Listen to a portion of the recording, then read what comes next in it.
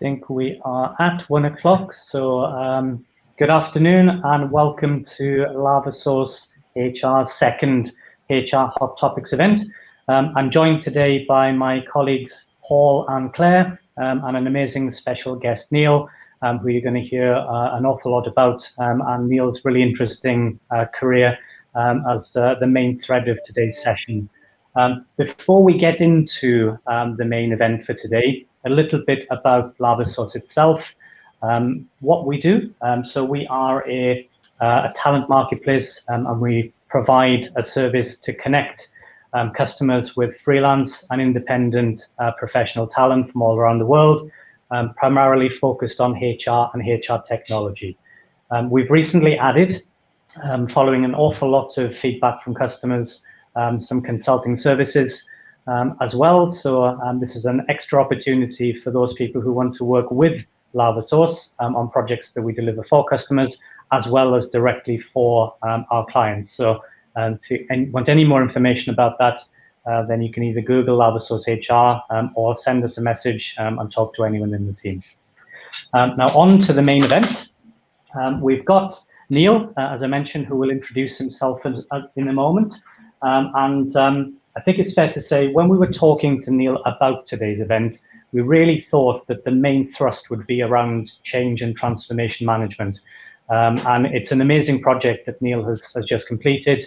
We'll hear a little bit about that, but of course we'll hear about Neil's whole career.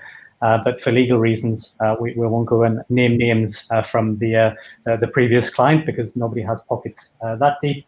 But I think the main thing that we found when we were talking with Neil is that actually there's a really large DEI thread to both the previous project that Neil worked on, and also I think it's fair to say a number of other projects he's been on and we've all been working on over the past years. And this plays, I think, to the open talent revolution, where we're really looking at the diverse nature of the global pools that people can tap into. They're very different to the traditional pools that we've all had access to, which is why this is a revolution in how we operate. So we're looking forward to hearing more about that topic. We've got a couple of polls we'll be running, so you'll see that come up in the bottom right-hand section towards the end. And if you have any questions, then please click on Ask a Question, or you can put something into the little box with chat, and Claire and Paul will be monitoring those, and then we'll ask pertinent questions out that the audience raised so that we can make this feel as interactive as the first session we had. So really looking forward to getting into some debate with our audience and giving you a chance to not only talk to Paul, Claire and I, but also really getting into how it works to be a successful independent professional, as Neil is going to show you. So without further ado, let's jump into the main session. Neil, good afternoon and welcome. And if you are in a different part of the world, then just hello, because we don't know what time zones some of the great people on the call are entering from. If you can perhaps start and tell everyone a little bit about what your background is, about yourself, your motivations, your interests in life, and then we'll get into the main set of questions. Sure, and thanks for inviting me. I always find it hard to describe my career because I feel like most of it has been fallen into. None of it's been particularly intentional. But I've been in HR, in the HR space at least for 20 plus years. We won't worry about the specific number. And the last 16 of which have been in recruitment, talent acquisition, kind of resourcing space. I'd say it's expanded over the course of my career. And I've worked across lots of different industry, very, very consciously, actually, because I feel like I'm an inquisitive type. I like to go in and challenge status quo. And I think it's, from my perspective, it's been really important to me that I've been able to draw on different experience from different backgrounds. And in the last, I never calculated properly, in the last 5 or so years, I've moved into the interim space. I mean, I've been in I think it's fair to say I've been in resourcing leadership for the last 16 years, and that's evolved and grown and taken different shapes. And that's kind of what drifted me into the interim space. I think from an HR perspective, I'm really fascinated by people, and I'm really fascinated by what excites people, what gets people going. I think that's probably why I've landed in the resourcing space, because that's all about bringing people in, telling the story, getting people excited, and translating the conversation from an internal perspective to an external, but also being able to continue that journey. So the topic about inclusion is really important to me, from our conversation as we were setting up this session. I just think it's a really, really important thing, and it's not just about diversity, but the inclusion agenda is something that doesn't need to be just talked about, it needs to be lived and breathed. Yeah, and I think that's really important. I was looking at a poll that Gartner had produced, their 2022 most important topics on the HR leaders agenda, and really interestingly, I thought the DEI item had fallen down the list of priorities, despite the fact that leaders were also looking to expand their skills, talent, and capabilities. So something out there isn't quite balancing still on the DEI agenda, and real themes that are different depending on which part of the world you're in as well, as to whether this is really important or not. So I think linking that to the economic benefits that come with having a more diverse and inclusive population, which pretty much every study has proven that correlation. I think both are really important points. So thanks very much for that background, Neil. So in terms of your interim life, what was your motivation for taking on the interim role that you were previously at? Was the brand itself the important thing you looked at, or was it the role? And is that a theme that really has followed on from previous assignments as well? Yeah, so I feel like I've been really, really fortunate in my career, because pretty much all of my assignments and even roles have been with big brands. They've been well established, either by their very presence or because people talk about them a lot. And I have to say, for that reason, I'm less focused on a brand when I think about an assignment. Some people will be shocked against that, and some people will be really excited about brands such as the House of Commons. I mean, it's on my profile, it's there. For me, it's more around the opportunity and the assignment. So I feel like when you're going into somewhere, particularly as an interim, you need to walk into it in a selfish perspective. You need to go, what's in it for me? As much as they might be drawing on my skills and expertise, that's why I'm an interim. But what's in it for me? And for the time that I'm going to be with them, how much of myself can I give them? And how much can I take away through developed experience, stronger industry background, being able to focus on a project that maybe I haven't spent enough time on in the past? So in the case of the last one, certainly it was less around the brand. Actually, when I went into it, it wasn't supposed to be what it ended up being. It was supposed to be a 3-month hand-holding placement. And I was excited because even in that 3 months, there was a lot of discussion around inclusion, but it was, I talk about inclusion a lot. I mean, you'll hear this coming through quite regularly in this conversation.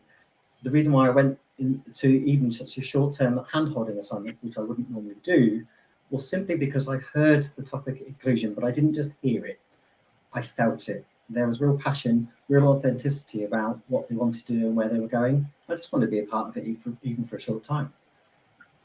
Yeah, and I think that that's one of, and I know, Paul, you put this point out on LinkedIn previously, the fact that interims, professional contractors, freelancers, there's a bunch of different terms for effectively people who do work of a temporary nature, and how important their interventions are to the permanent workplace and how much they care about what they do. And we're all human beings, and the fact that you have a label which tells you the legal nature of the work arrangement doesn't change you as a person. And most interims that I know are change experts in wanting to go in and make a difference. So great to hear you talking about that, and great to hear that you felt that from that institution as well. In terms of experience and leadership, what does it take to make an impact when you're only in a post for a short period of time? Now, you mentioned there that you are, or you were, meant to be in for 3 months, and I know from my past experience, pretty much every role I've gone in to do has been, it's 6 months initially, or it's a project recovery, or it's a greenfield site, and we're not quite sure how long it's going to take. So that period of time either isn't defined or has a short amount of time. How do you go in and add value and demonstrate that you can really support that client and your colleagues in making a change? Well, I think the first thing as an interim is you've got to be able to apply a filter. Apply a filter, I suppose, in what you're being told you're going to be asked to do, versus what you can see from your, based on your own experience, what needs to be done. So, when I walk into an organization, the first thing I try to do is listen to what they think they want. Tell me what you want. I'm going to come in. That's what I'm here to do. Let me bring that to life. And then I try to talk to these stakeholder groups, whoever I'm available to, whoever I can access, to just try and understand what's the journey they really want to go on. What does that look like? And does it map back to the task that I've been given? And through doing that, I think there's an opportunity to bring to life a bit of discussion around, are you sure that's what you really want? Because from what I'm hearing is that your journey is, it's X, Y, Z kind of direction. And I know from my own experience, and I know from the things that I've done before, that what you're trying to do is aspirational, and it may contribute to a part of that, but actually that may not be the solution you're looking for. So I think there's a lot of listening, trying to understand, getting into the skin of what's the strategy, what's the vision, and if it's appropriate, it's not always appropriate to do it either, but if it's appropriate, having a really open, healthy conversation that brings that to life, and not being afraid to say, do you know what, you brought me in to do this, but I actually don't think that's what I'm here to do. I think based on what you've described, I can give you something else, and I can accent that, but I can still give you the result. It's just not the journey you thought perhaps I needed to go on. And I think that's a really interesting point, isn't it? Because effectively, when you come in as a change agent, budgets have been previously defined, business cases, projects from end to end, so that you know exactly what you're coming in to do, because somebody has put a preordination on what that is. To what extent are you able to influence the budget that's been set, or to what extent does the budget and the expectations of the people and the scope that you're going in to change, which drives which? Are you able to evolve the budget position? So I think that depends on whether it's the budget to pay for me or budget to pay for the work. I would never, in all my experience, I've never gone in and suggested to somebody that they needed to extend my contract, change my contract, or otherwise. So, from a contractor point of view, I've never wanted to influence that, and I've never felt it was appropriate to do that. I kind of describe myself as a bit of a sales through service type, though, because I think through having a discussion with the organisation, helping them to understand the journey they ultimately need to go on, and perhaps bringing that to life for them in a really objective way, I think you can influence the work that needs to be done. And through that, of course, there's budget constraints and the various things that go with it. That might lead to contract extensions or things that go with it, or it might highlight a need or a requirement for a completely different skill set. Yeah, and I think you're right to call out the difference between you as an individual and the budget you manage for the project. And in particular here, I think I'm looking at the project budget itself, which governs the change that the client is going to receive by way of outputs. What techniques and tools have you used, and what kind of interesting scenarios have you found yourself, not, as I mentioned, purely perhaps at the institution shrouded in mystery, as we know it, but elsewhere as well, where you can say, actually, I faced a couple of interesting challenges, and this is how I went about it, because part of sharing success stories from people like your good self, amongst others, and I know there will be many similar stories that people in the audience have, and it is just sharing those good practices so that we can all learn without having to fall through the pitfalls. Yeah, I sometimes feel like I'm a one-trick pony in the way that I describe this, but it's not as simplistic as it sounds. One of the things that I really arm myself with and really make sure I'm really comfortable with is the data behind anything I'm doing, and perhaps the data behind the backstory. So even when I talk about changing the scope of the role, helping the organisation to understand the landscape of the opportunity, I try to look back and almost read through the data, if it exists, to get my own perspective, my own interpretation of what that looks like, so that selfishly I can feel comfortable that the work I'm going to be doing is going to add the value it needs to. Because as I said at the beginning, as an interim, you need to be able to walk away with something that says, that's mine. You know what I mean? I've done that, and that's that. So I think reporting is a big thing. Every time I've gone into an organisation so far, much of the reporting that I really wanted to exist hasn't. And I've been told, repeatedly, data doesn't exist. Data's not reliable. There's nothing available for us to do this. Yet decisions are still being made as far as a future kind of direction. So I usually make it my personal objective, because I'm a bit like that, to go off and find data, to go off and ask questions, to build out data sets if I need to, and to manipulate that data in such a way that it tells a story. But it creates a baseline, it can create a baseline rather, for a conversation with the client, but also sets the foundations for how you're going to develop and demonstrate success into the future. And I'm all about, you know, if you're going to do something, do it with kind of objectivity in terms of do it, but feel like you can measure it and feel like you're doing it for good reason and challenge others to do the same. So not to give you just one example, but it's true, data is a big part of what I do and how I've been successful. And I know we wouldn't talk too much about the previous project, but you did mention that there was a feeling of how they felt they were doing in terms of DEI. I think you wanted to showcase the fact that actually that wasn't the reality that your previous project found in terms of their approach. Do you want to talk a little bit about that? Yeah. Life? Yeah, I think I believe myself to be quite ethical in the way that I operate. You know, values are really important to me when I think about assignments and you know, the things that go with that. And it's also true of the roles that I hold. So I said I've been in resourcing for the last 16 years. And when I think about recruitment, you like to think that in that period of time, at the very least, we've got to a place where we're quite good at recruitment and we do it in a relatively balanced way. There's lots of conversation around bias and the various things that go with that. So in that example, the situation was that I came in at a time that, as I said, it was supposed to be hand-holding, turned into something much more, and I was there for 12 months and did a lot of other things. But much of the conversation, much of the spirit of the conversation was around bias in recruitment. Not to say we were biased, not to say it was known to be biased, but a perception of being biased. And as a result, I think much like in other organizations, and I've seen this before, the perception was driving decisions. And you know, and there was kind of this forward direction of we aren't doing so well here, this isn't what it should be. And because I, you know, to my point about being a bit more selfish and wanting to underpin everything I do with some success measures, I was asking questions about what does the data tell you? This is not about representation of current organization. This is about, if you feel like there's bias in the process, where is that bias? What's driving this? What have you seen? And again, same spirit as usual, told data didn't exist. In fact, I was told that the data just simply wasn't reliable. There's no point touching it. I'm too stubborn to believe that. So I would rather look at data and have it tell me a bad story that at least I can baseline on than not use any data at all. So I went off and I found it. And I was really fortunate. I had access to a lot of data that was untapped, largely because there's kind of distinct systems. And I was only in the recruitment system, so I had a bit more access to that kind of stuff.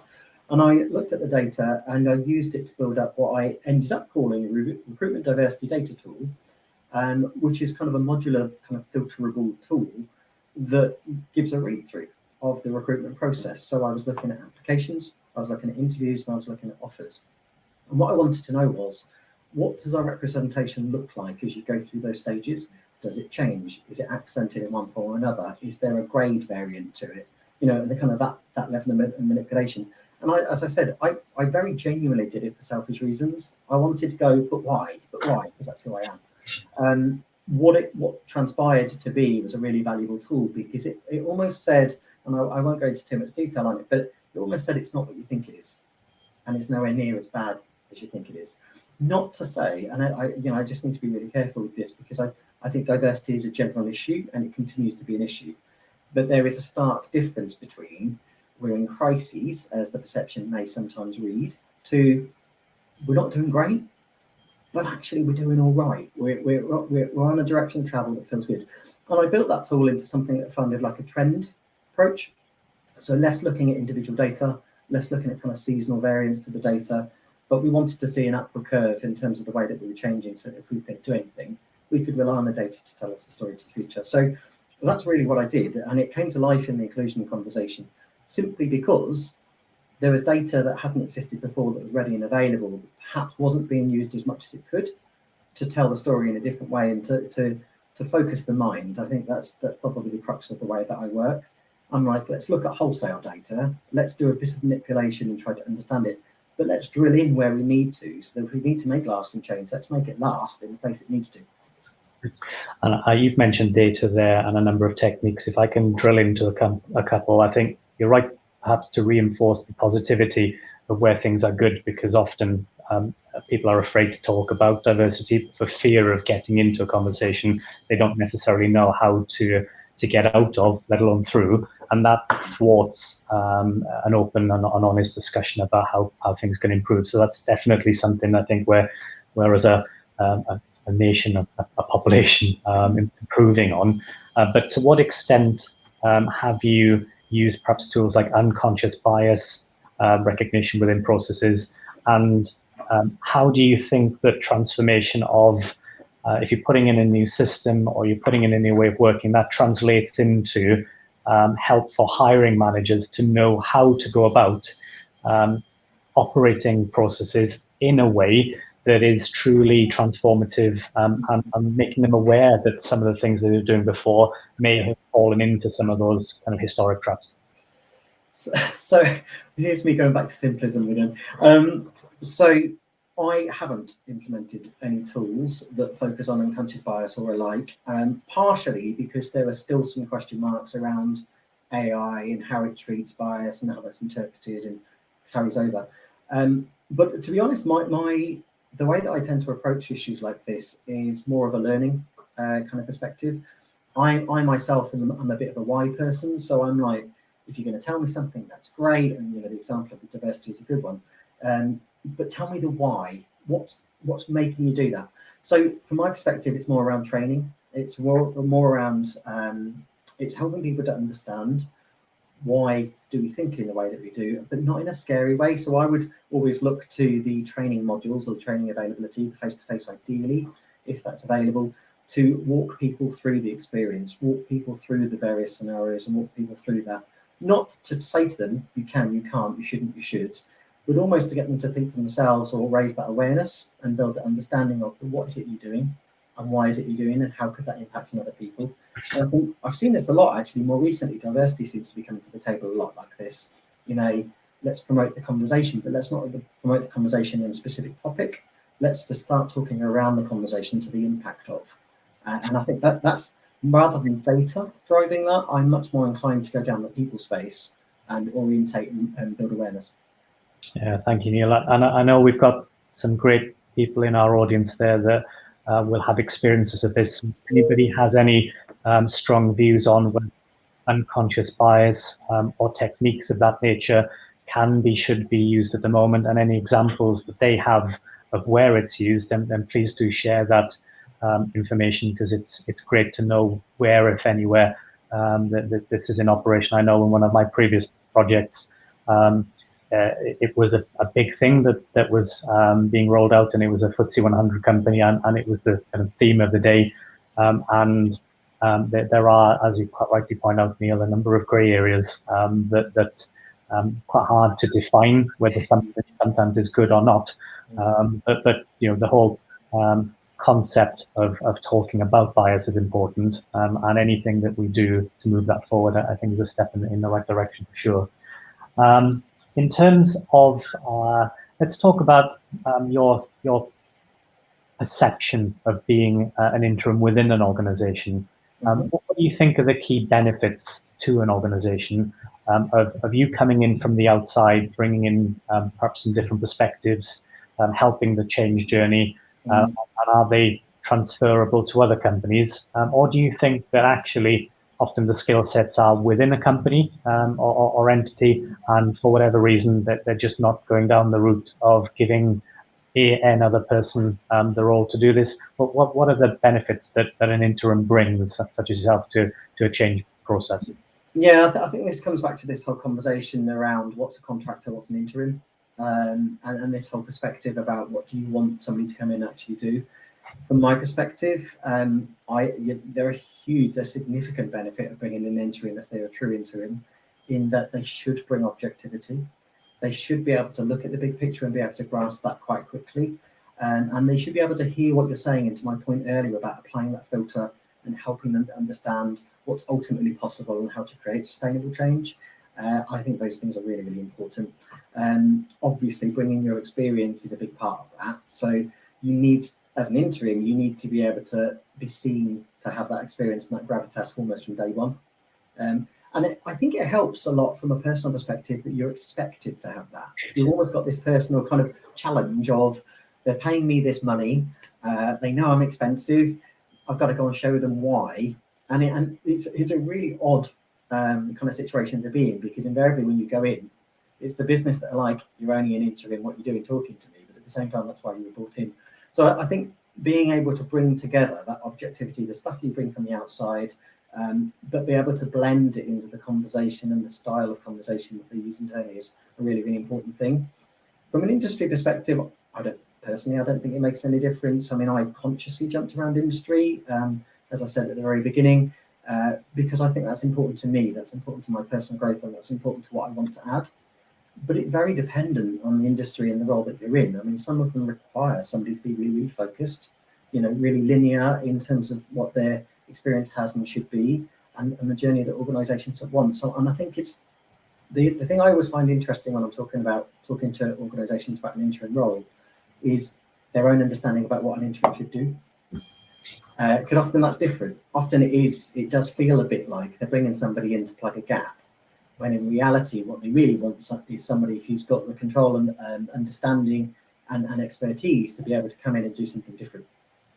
I was just hearing the word interim again, and although this isn't something that any of us have talked about doing, I'm going off piste a little here. I'm going to ask the audience to just put in the chat the one phrase that they think best reflects themselves as independents. Is it an independent professional? Is it a freelancer? Is it an interim?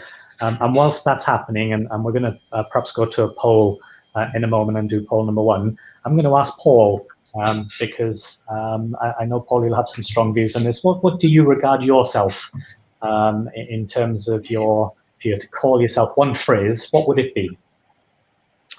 I call myself a gig worker. I'm not overly precious about interim professional or HR professional.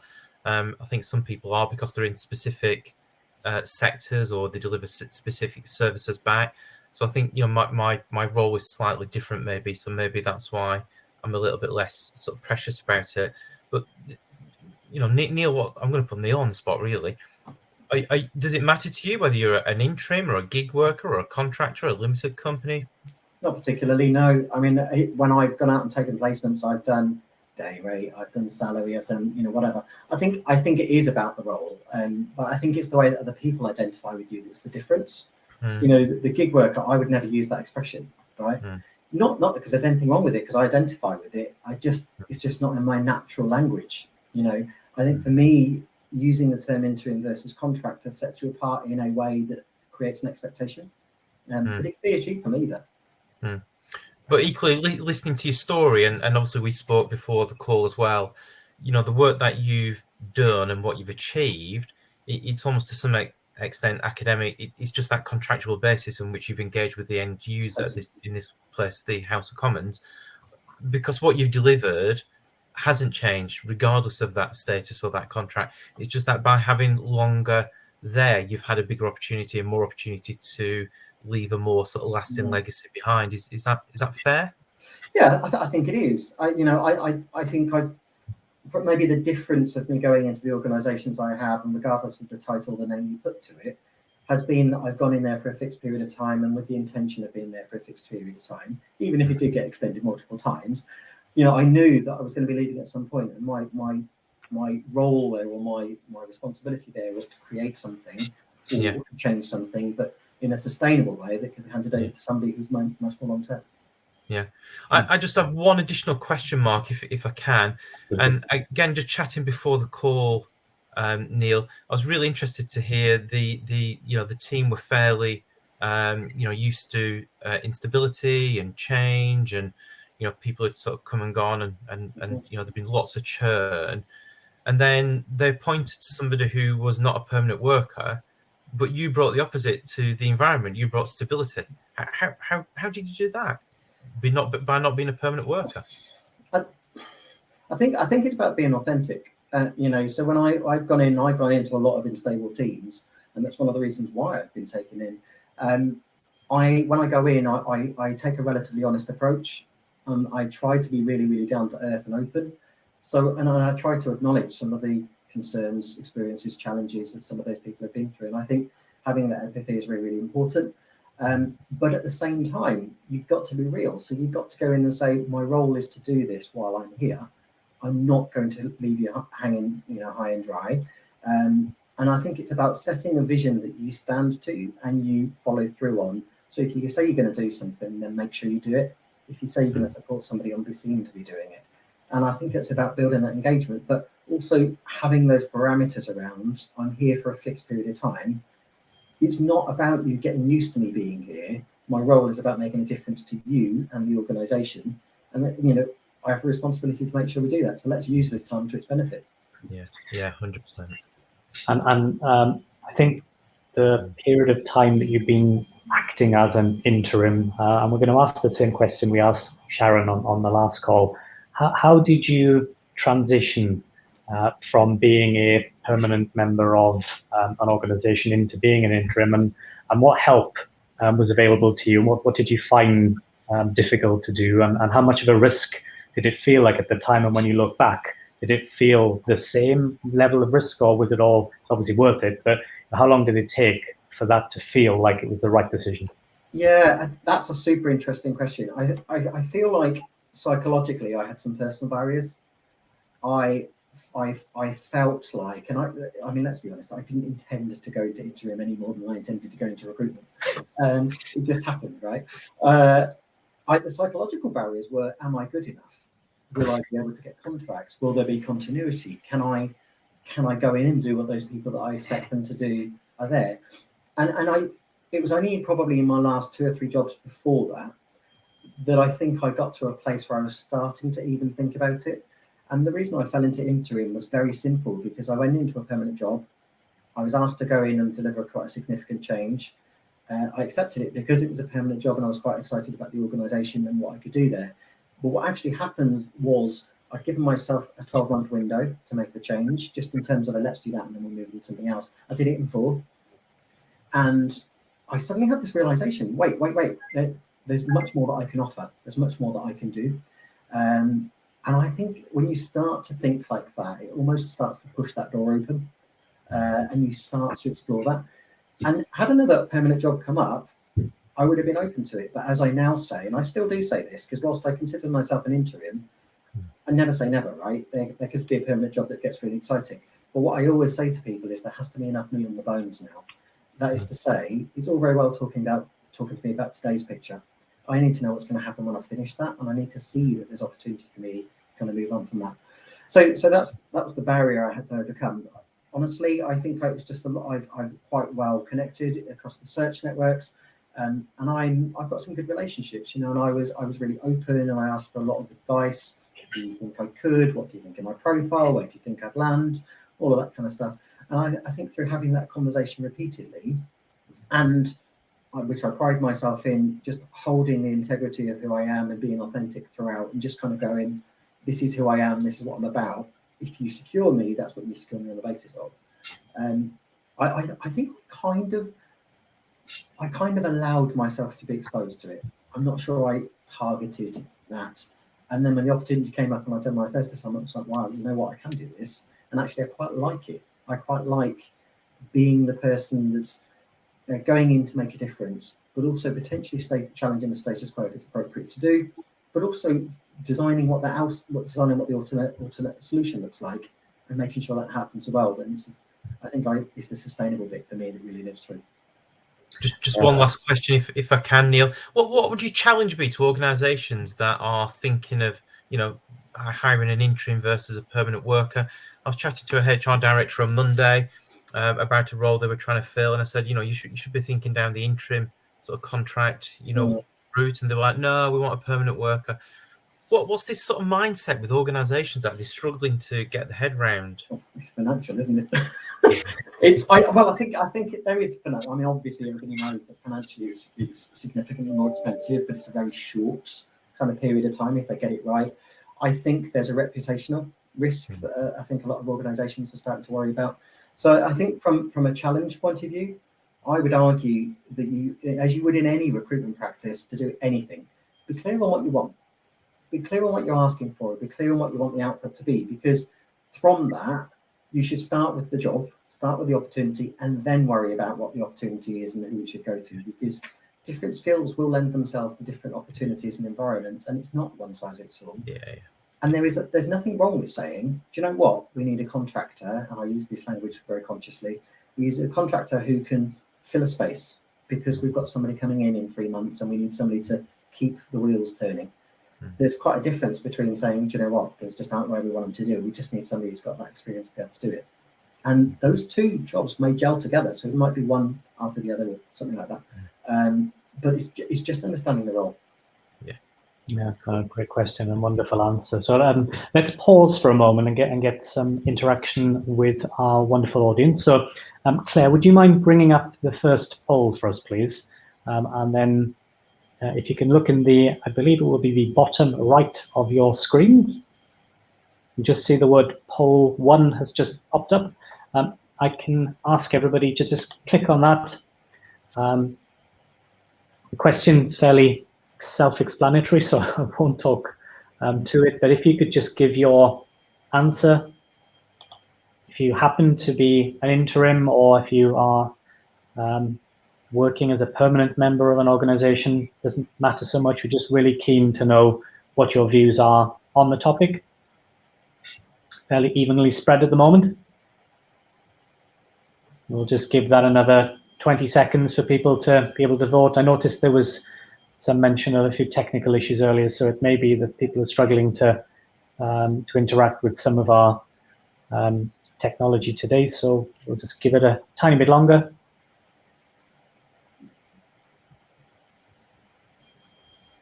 Not so many votes coming through today. 3, 2, 1. Okay, we'll close that off. It looks like we're having a few technical issues with some of the technology there. So great for those who voted, thank you. And then we'll move on to the next question.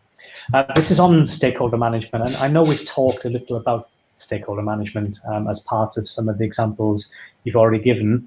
When you're talking about the DEI agenda, transformation activity, whether it be your last project or others, how far up do you need to get for genuine change to happen? And how do you manage senior stakeholders in terms of techniques, approach? What good tactics would you share that can be useful for others to know about? Yeah, that's a big question. So, I mean, in terms of how far up, I don't think there's a limit, higher or lower. I think everybody needs to play their part as far as DEI goes. And I think helping people to understand what they can do is really, really important. From a, how do you engage with them? What tools to use? So, you know, in my experience, it's often better to embrace stakeholders' understanding and issues with an open ear and an open mind. I feel like sometimes people can look at interims as in they're going to come in to do that, they're going to do that, they're not interested in anything else. And from my perspective, it's always been about tell me your woes and I will hear your story, kind of that kind of stuff. And I don't mean that in a patronizing way, but I think it's really important to understand what the background is, what the perspectives are of these people, what may have driven some of those perspectives, and then using that conversation to consider and explore what options might be available to them and do it together. I think, you know, that unity of conversation is a really, really important thing. And from a stakeholder perspective, in my experience, that's been the most powerful tool I've had. It's, you know, it's taking the time to understand the organization you're working with, and, you know, not just understand the organizational strategy, but the various parts of. So, you know, if we're going to deliver the strategy, what does it affect you? What's your journey going to go on? What's the opportunities for you? And kind of bringing that to life through the course of the conversation, and almost making it. I don't want to coin the phrase from the kind of the DEI agenda, but I think it is about it's like what's your lived experience been in terms of, you know, how's DEI been activated in the past for you? You know, when somebody's come in and tried to make a difference, what's that looked like and felt like, and why hasn't it worked, and what's your level of discomfort? Because often that background is typically what the resistance is going to lend itself to, or there's a simple lack of knowledge. People just don't understand the art of the possible. You know, so a discussion about solutions that they may never have heard of or thought about before that at some point in the course of time, you might be able to introduce into the process or the discussion or whatever, but being realistic with that, things take time. So not overcommitting and being very practical about timelines. I'm a bit of an open, honest type, and I said, you get me as I am. That's not to say I'm aggressive, but I'm not afraid to be direct, and I'm not afraid to say, do you know what you think you're going to get, you're just not going to get in the time you're wanting it. You just need to reflect on that. So in terms of stakeholder engagement, for me, it's around personally going in with an open mind and an open opportunity to have a two-way conversation. When you're having it, taking away some of those discussions, trying to do something about it and bringing a conversation back that feels like you've been listening, because arguably that's what people are really interested in. Using data, using the stuff I talked about earlier to kind of bring the conversation to life. So it's not just about two people talking, it's about saying, I've heard of another organization that's done this, this is what they've thought about, this is how they've done it. Maybe using the data to challenge some of the discussion. You said that, but actually I've looked at the data that's been developed, and that's not quite what it's telling me. So what's the disconnect? Is it a perception thing? Is it a belief thing? Or is it a fact thing? And bringing that part, but doing it in I would say in a really piecemeal way. It's not about going in with a Superman cape on. And I laugh a lot because a lot of organizations seem to think that that's what I've done, and I really haven't. What I've done is I've just had really healthy conversations with people that have simply said, let's get the basics right. And let's get the basics right by bringing this to the table, so that we're seeing a full picture as we're doing it. I don't know if I've just answered you, but it's a big question. I think you have. I think it links for me to perhaps the topic of trust. How important is trust and integrity in that process? Because in olden times, when a consultant, contractor, whatever term again we want to use, would go into an organization, there'd be a feeling of, what's this person going to do, and is my job going to still be here at the end of their project? Are people still feeling like that when you go into an organization, and how easy is it to build trust in those where fear exists?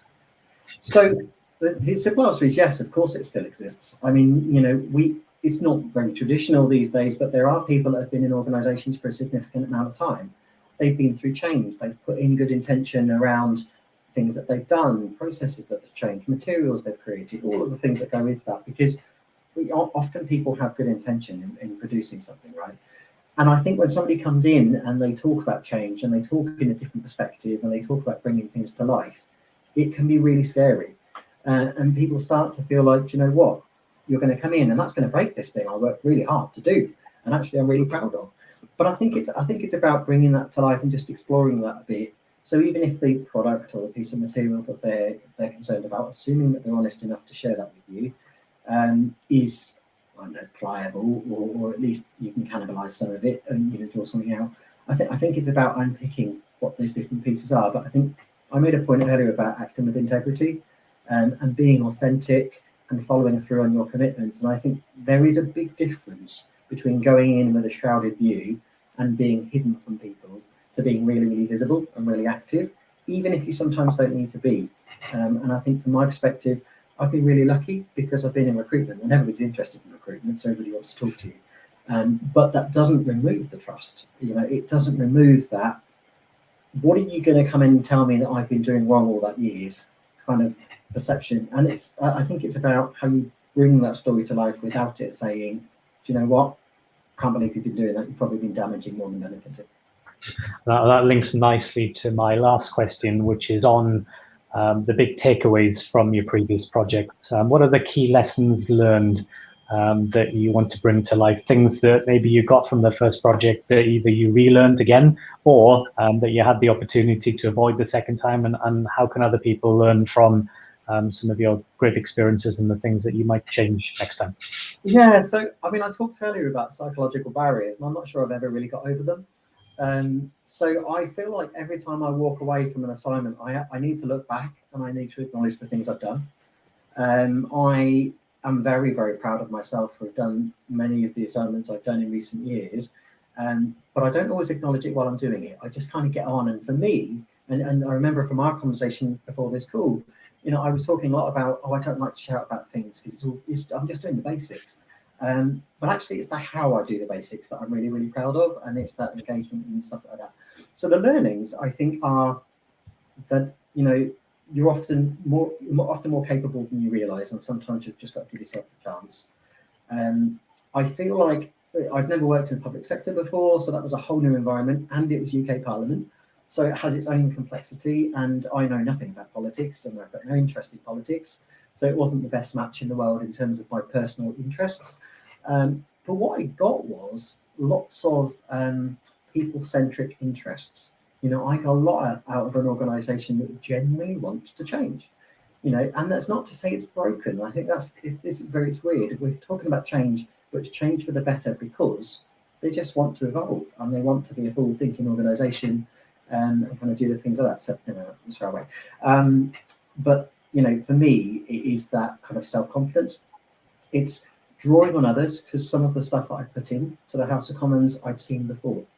I've seen colleagues do, I've heard colleagues talking about, I've seen some examples of, and I've just kind of carried that knowledge with me. And I think sometimes you don't always acknowledge what you know. So I think my other learning is just take a step back sometimes and just acknowledge that you probably have some insight or you know somebody that can do that. So just leverage your network when you need to. Do you find, one final question, when you're moving from project to project, if they're in fast succession, you don't often get a chance to stop, pause and reflect as you suggested, and one becomes the next, or do you sometimes deliberately put a break in between contracts so that you can take that learning opportunity, do some retraining, reskilling, and stay with the times? What's your view? I wish I was that structured. No, I don't consciously take breaks. I'm definitely one of these people who is, I want to give a part of myself and I want to feel like I've taken something away. So my reflection is probably a bit over the course of time. I don't necessarily wait for the assignment to finish and then reflect. I think, if I'm honest, in my last few weeks of assignment, normally it's the feedback and the engagement you get from the people you're leaving. That's the validation for me. I mean, in the Commons, a number of people talk to me about the amount of change I've made in the time that I've done it, which is unheard of. Now, I'm still telling you it's simplistic, but it's really interesting to get that feedback and to acknowledge perhaps the journey you've been on that you haven't acknowledged for yourself. Yeah, just kind of that really. And then if an assignment comes up, I think I use that experience to maybe be a bit more selfish about whether the next assignment's right for me. And I kind of almost offset I've done this before and this is what I got out of it. So actually I now know what I'm looking for from my next assignment. Yeah, and being able to pick and choose your next assignments based on interest and enhancing skill sets. I think those key modern things that great people are an opportunity to do. So thank you for that. We've had a great question from Rob. Perhaps Paul, if you'd like to read this one out. Yeah, sure. So Rob's asked Neil, how do you handle the situation where you start a transformation, but as soon as you leave, or you're about to leave, I guess, your client goes back to the old ways of doing things? Is there a part of you that wants to stay and make sure the processes are embedded in for the long term, which could mean that you end up staying there for the long term as well? Yeah, great question. Yeah, well, I have to say, fortunately, this has never knowingly happened. I think when I've gone into organisations, I've always been really clear it's about sustainability. So when I've done my work, I haven't done it on my own. I try to leverage existing teams and I try to work with them so that they become in the know.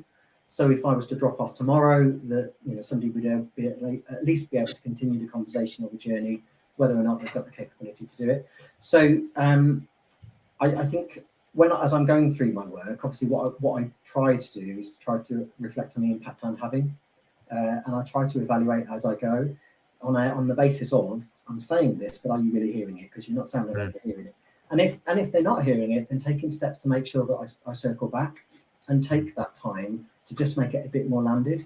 And then, to your point, coming to the end of that, I think if there are opportunities or any visibility of things going back to the way they are, there is a temptation to go backwards. But at the same time, I think that's where you come in and have to be a bit more selfish, because then you need to reflect and kind of go, well, okay, but I've done what I've done and I've created it the same as well as I can. And without shrugging your shoulders, I think at some point you have to kind of say, I've provided you with the tools, I've provided you with the support and the expertise, and potentially the governance, if that exists also. to kind of make this happen, and I've enabled other people to do it. So it's not just me. I haven't been doing this on my own. I need it to take its time, and sometimes just allowing it to maybe regress could be quite opportunistic for that organisation, because if I've done my job properly, they will start to talk about it, and they will start to challenge the fact that it's regressed and take it on themselves. Yeah, thank you. I hope that answers your question, Rob. Certainly does for me. I think in my experiences, engaging with the audience to whom you're trying to work with to enable change is crucial, and getting them in at the earliest point in the journey so that they can be part of that transformation. I've seen many times before project teams creating a change in a little room, and then effectively training people at the end of it and hoping that they adapt those processes. And for 30 years, ERP systems have gone in thus, and then wondered why the business case benefits haven't been realized. So there's a lot of lessons learned being repeated all around the world, I think, on this point, and that's a great real example of a change happening there on a very real basis. So thank you for that. Do we have any more questions, first of all, from Paul, before we go to our audience for the final few minutes of Q&A? Just an observation, really. I just thought it was really interesting, Neil, and this came across when we spoke before the call. It's not whilst what you've done has been important, that it's the how you've done it that has clearly made a massive difference. And I think, whether you're a business or you're an individual, that why and the how is usually the legacy that we leave behind, not so much the process or the systems or the change or the transformation, but it's how we've done it. And I think I was just mesmerized by the story that you shared with me about that stability you brought to the team, how you sort of calmed everything down, how you took the team on a journey with you, how they felt part of it. And it was just brilliant to hear. So I just want to say a massive thank you. I've thoroughly enjoyed the chats we've had, and thoroughly enjoyed listening to your story. Thank you. Yeah, ditto. Thank you, Neil. Let's pause for a moment then and just see if we've got any additional questions coming in from our audience.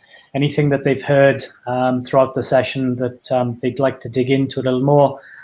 Feel free if you are listening back to this, because we know we've got people in various different parts of the world that can't listen live and are listening on playback. And so if you've got any questions as a follow-up, then do send them to contact us at LavasourceHR.com, and we'll reply back to you separately as well, just in the true modern sense here of talking to people who are with you and people who will be with you later. Any final questions? We'll give it another 5 seconds to count virtually in your mind. Okay, so I think that's everything for today's session. Thank you all for joining, and I hope you enjoyed listening to what Paul has quite rightly described there as a really interesting session. Thank you, Neil, for giving up your time to talk about your experiences, the things that have worked well for you, the things that matter to you. And I think it's fair to say that they're things that matter to us as well from a company perspective, as well as individuals. So thanks for sharing those experiences, and good luck with your new opportunity, which you've already started, because that's what good interims do. They move from post to post. Thanks to our audience for dialing into today, and for anyone who listens back. And thanks to Paul and Claire and the rest of the Lava team as well for joining today's session. And we look forward to meeting you again next month. Thanks, everybody, and goodbye. Thank you.